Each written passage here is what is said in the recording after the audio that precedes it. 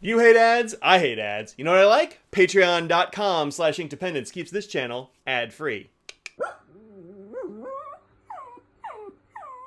Hello, folks. Welcome to Ink Dependence. I'm Mike, and today I have an ink for you from the Taccia line. This is from the Ukiyo-e line. This one is Benizakura, which translates to Crimson Cherry Blossom. And here's a picture of that art. Let me go ahead and take this out so you can see that art piece right there. This is art done by Utamaro-Benizakura, and he is known for doing these really interesting portraits, especially of women, and focusing on the face and this kind of sort of thing. So really interesting stuff. I do really like these Taccia inks, especially in this Ukiyo-e line. One of my very favorites is Savi Medora. You've heard me wax poetic about that one before.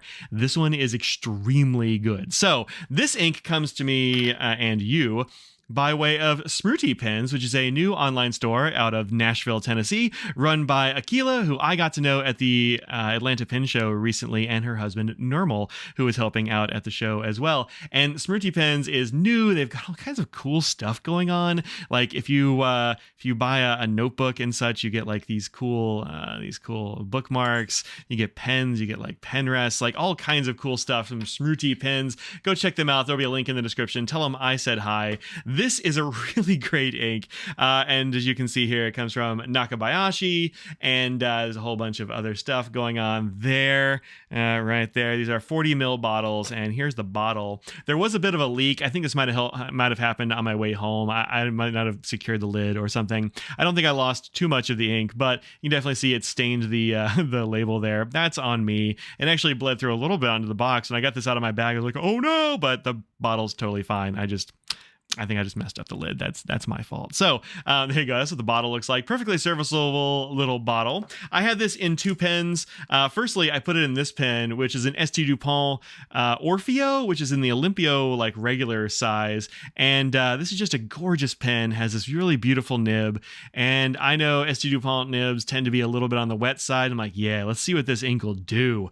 And so I put it in here. Just look at so gorgeous. And this is a medium nib, but it's very wet. And so after a little while, I wanted to see what it would look like in another nib that is very, very like normal. This is a Platinum Prefonte, which is kind of a fancy version of the Platinum Preppy. And this uses the 05 medium nib. So another medium, but a very different kind of medium, not wet or dry, just like very straight down the middle sort of nib. And it works really well in both of these. And in fact, it works kind of like identically in both of these, even though this is a much wetter nib. So you really don't need a wet nib to make this ink shine. And shine it does. Look at the red on this one, y'all. Also a really nice sheen there. You can see the sheen in the letters and also a bit in the swatch right there. Now you'll notice that I have changed papers for this one. I ran out of sheets in my usual Rhodia notebook, and so I've changed to this one. This is a Nebula Casual Note, which is an extremely nice paper.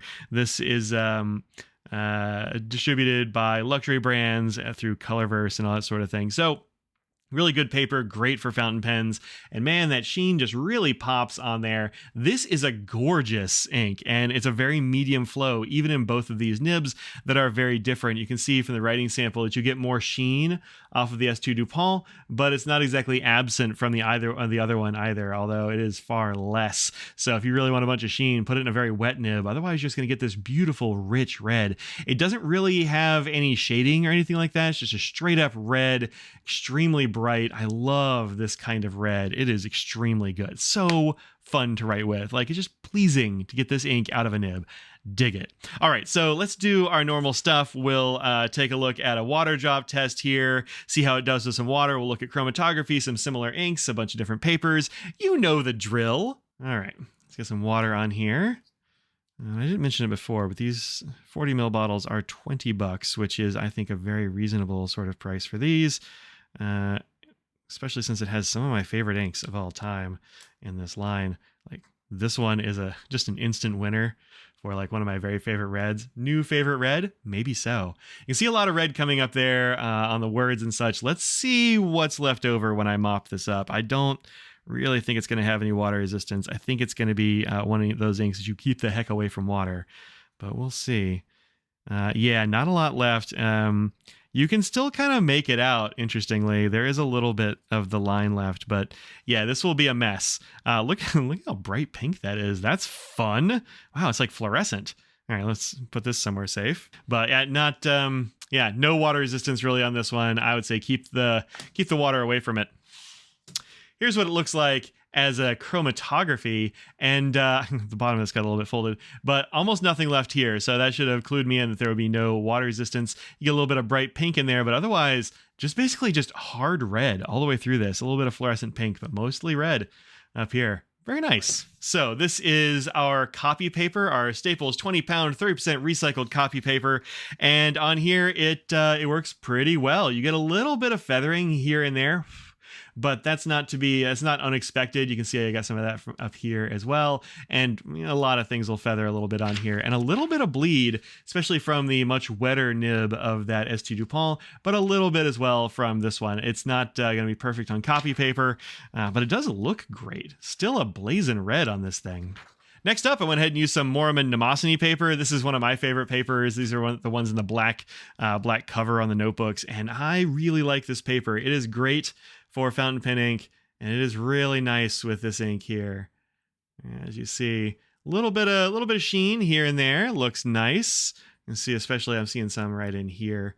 But yeah, it looks good on both of these from these writing samples. No bleed through or anything like that. This is actually some transfer from the page behind. I didn't let that one dry, I guess, enough. But no bleed through or anything. Great on Mnemosyne. Then this is an interesting one. This is a Waring-Gul ink swatch sheet, which is kind of fun. I have it up here, so I decided to show this one as well. Tons of sheen there from on this paper. Doesn't really let anything soak in or soak through. Very nice for doing ink swatches, and really good gold sheen on there. Next up, my Inky Fingers Curly Ink notebook. This is wheat straw paper, which is kind of averagey paper, although a bit heavy and maybe a little coated. It's great for fountain pens, but kind of more regular. You can see there with the Orfeo, a little bit of sheen, great red pop. Same here as well from the Prefontaine. Looks good. Lastly, we have our Galen Leather Company Everyday Notebook. This is Tomoe River, and of course it's going to look great on Tomoe River. Look at how that pops. Great sheen, a little bit of smear, but I think that's because I just sort of got something on it before it was finished drying. That's not a persistent smear or anything like that. And then a bit of sheen and such as well here from the 0.05. So looking real good. Just a really bright, in-your-face kind of red that shines off the page. I really dig it. Swatch time. So this is the Color Ring card. I use these things for all of my ink samples. You can find a link in the description here. And there's the writing sample with the Orfeo on there. Looks real nice. Then I have Taccia Ukiyo-e here, which is very, very similar, a bit darker, but very similar sort of color to be expected. I mean, it's from the same line of inks, just a different, same company, same brand, but a different line of inks. Very similar. Then we have Sailor's Irori here, which is one of my other favorite inks. You can see this one is another bright red with a bunch of gold sheen, but this one definitely does shade towards pink on the edges, and you'll see some of that shading with Irori that you're not going to get from Taccia-Benizakura or from Aka. And then here we have Sailor Nipponia Nippon, which I think is very, very close to Irori, but again, another really in-your-face red. And then lastly, just a straight up pure red, cross red, which is a little bit brighter perhaps than these, but just a straight up just pure red. And I think it's all kind of in the same family, but yeah, there you go. So some very similar inks. These two a little bit on the pinker side, Aka a bit darker, and then these two brighter and more rich. So yeah, Taccia-Benizakura is really pretty, and yeah, I say grab yourself a bottle, and hey, maybe get it from Smruti Pens at link in the description. And thanks very much to Smruti Pens for letting me have this ink for review. I hope you all go over there and say hi, help out a new shop on the scene, because they were delightful to hang out with at that pen show, and I encourage y'all to go say hi. All right, that's it. Until the next video, peace out.